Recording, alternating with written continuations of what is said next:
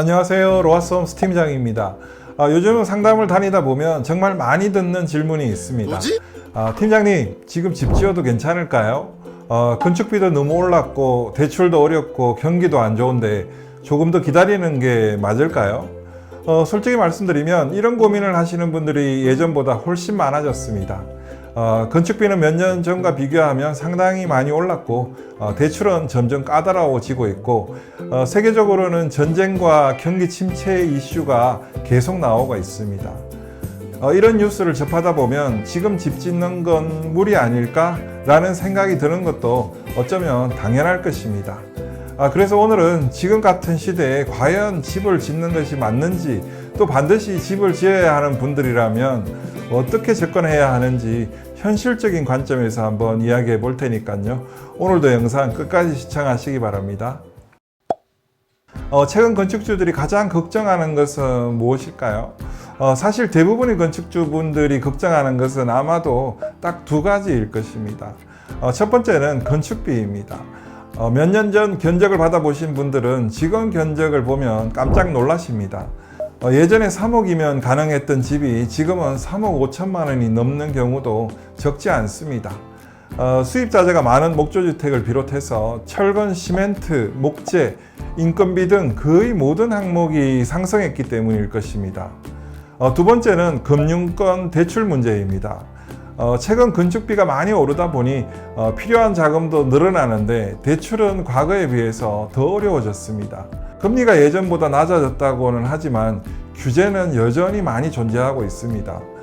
그래서 많은 분들이 조금 더 기다리면 건축비가 내려가지 않을까 하는 기대를 갖고 계시는 분들도 있던데요. 그런데 과연 건축비가 다시 떨어질까요? 이 부분은 개인적인 의견이 아니라 건설업계에 있는 사람으로서 현실적으로 말씀드리겠습니다. 저는 건축비가 과거 수준으로 내려갈 가능성은 매우 낮다고 봅니다.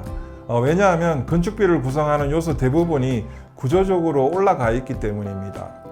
인건비는 한번 오르면 거의 내려가지 않습니다. 건설 기술자도 부족하고 현장 인력도 부족합니다. 자재비 역시 일부 품목은 내려갈 수 있지만 전체적으로 과거 수준으로 돌아갈 가능성은 높지 않습니다. 물론 경기 침체가 심해지면 일부 업체들이 수주를 위해서 가격 경쟁을 할 수는 있겠죠.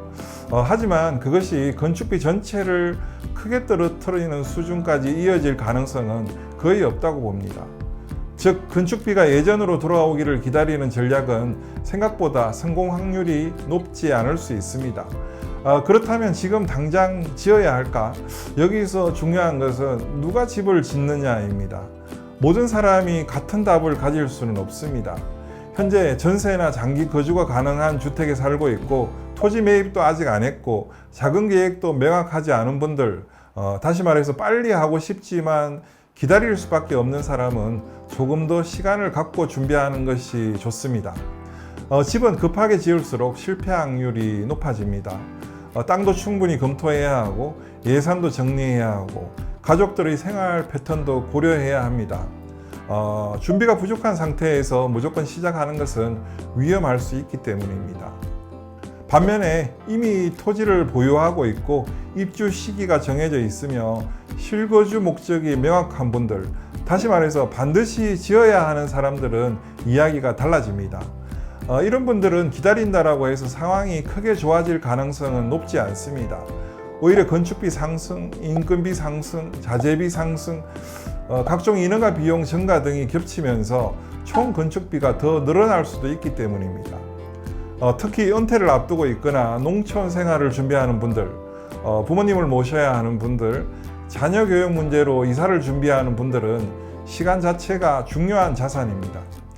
그렇다면 지금 같은 시기에 현명하게 건축하는 방법은 무엇일까요? 첫 번째, 집 크기 욕심을 조금 내려놓는 것입니다. 많은 분들이 처음에는 40평, 50평, 60평을 이야기합니다. 하지만 실제 입주 후 만족도는 평수보다 공간 활용이 결정하는 경우가 훨씬 많습니다. 35평을 잘 설계한 집이 45평을 비효율적으로 설계한 집보다 훨씬 만족도가 높을 수 있습니다. 두 번째로 예산의 10에서 15% 정도는 반드시 여유 자금으로 남겨두는 것입니다. 순수 건축비 이외에 별도 비용으로 계산해야 하는 품목도 적지 않기 때문입니다. 정화조, 옹벽, 토목, 전기 인입, 조경 등 예상하지 못했던 비용이 발생할 수도 있습니다. 모든 자금을 건축비에 투입하는 것은 위험합니다. 세 번째로 유행보다 실용성을 선택하는 것입니다. SNS에서 보이는 멋진 집들을 보면 따라하고 싶은 마음이 생기죠. 하지만 유지관리 비용까지 생각해야 합니다. 너무 복잡한 지붕, 과도한 통창, 과한 외장재, 불필요한 특수 공간은 건축비와 유지비를 동시에 증가시킵니다. 네 번째, 좋은 설계를 먼저 고민해야 합니다. 건축비를 아끼기 위해서 설계를 대충 하면 오히려 평생 불편한 집이 될 수 있습니다. 건축은 한 번의 공사지만 거주는 수십 년입니다. 설계 단계에서 충분히 고민하는 것이 가장 큰 절약입니다.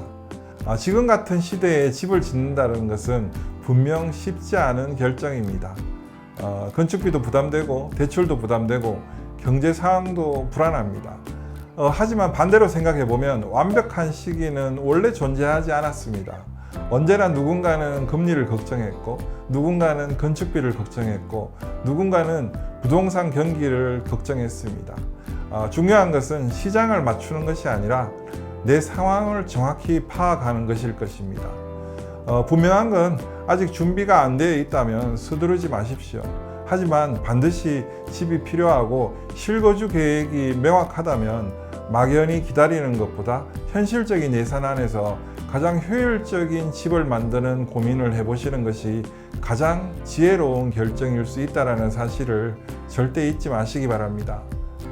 오늘 제가 준비한 영상은 여기까지입니다. 조금이라도 도움이 되셨다면 구독과 좋아요, 알림 설정까지 부탁드리고요. 오늘 영상이 예비건축주님들의 고민을 조금이라도 들어드리는 그런 시간이 되었으면 좋겠습니다. 감사합니다.